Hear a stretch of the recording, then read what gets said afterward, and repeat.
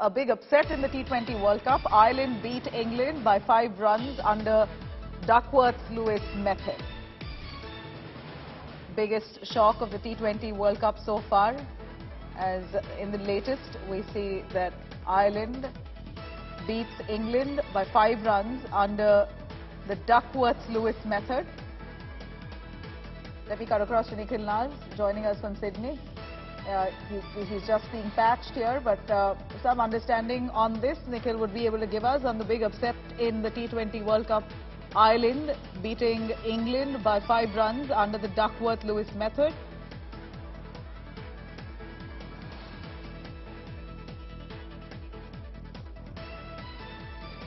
Let me cut across to Nikhil Naz for more on that. Nikhil, a quick word from you. Do explain to us what's happened while T20 World Cup Ireland beating England by 5 runs under this Duckworth-Lewis method. Elaborate for us. Well, Nabila, the Duckworth-Lewis method actually comes into play when it starts raining and you believe that there's no play possible, and that's exactly what happened in the game between England and Ireland. But this result then opens up that particular group. We've already seen a few upsets in that group. We saw New Zealand beating Australia, though that wouldn't be an upset to the proportion as what we've seen just now. But even then, New Zealand beating Australia, one of the favourites to win the T20 World Cup, also the defending champions. You thought that Australia were in a precarious position.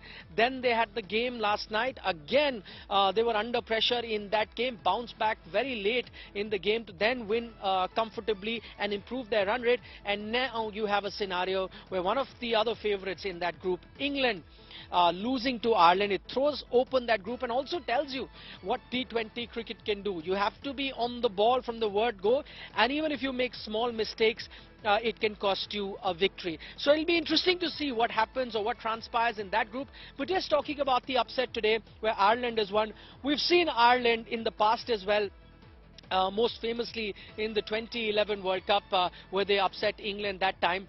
They are giant killers. 2007 World Cup, they upset a Pakistan team to make the Super 6 at the time. So Ireland are known to make these upsets. They've been playing international cricket and all. I know they're a country that doesn't play the big names in cricket quite often. The Indian team had toured Ireland, and even on that occasion, very recently in a T20 game where India had got a par plus score, Ireland almost chased that down. So they have a good batting lineup as they showed today.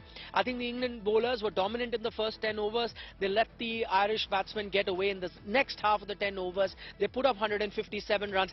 I think the one thing that was unfair to England was also the weather, because yes, they had a poor start. They had lost 5 wickets pretty early, but then that's what England thrive on.